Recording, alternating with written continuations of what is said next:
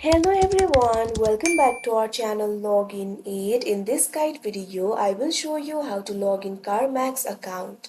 So first of all, what you have to do is launch open any browser of your choice. You can see over here, I've opened Google Chrome. Now click on the search bar and type in carmax.com. Press enter.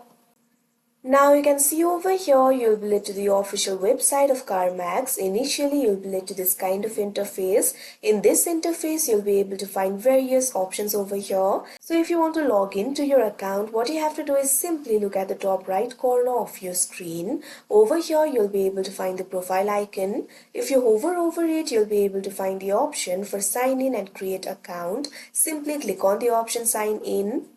Now you can see over here you'll be led to the sign in interface of CarMax. From here you'll be able to sign in to your account. All you have to do is enter your email address over here. Click on the field of email and enter the email. After you enter the email, click on the continue option that you can see on the screen. Now you'll be led to this kind of interface. You'll have to enter your password over here. Simply enter your password. Make sure to enter the correct password. If you have forgotten your password, you can click on this option, forgot your password, and you'll be able to recover your password. Now after you enter your password, click on the sign in option that you can see on the screen.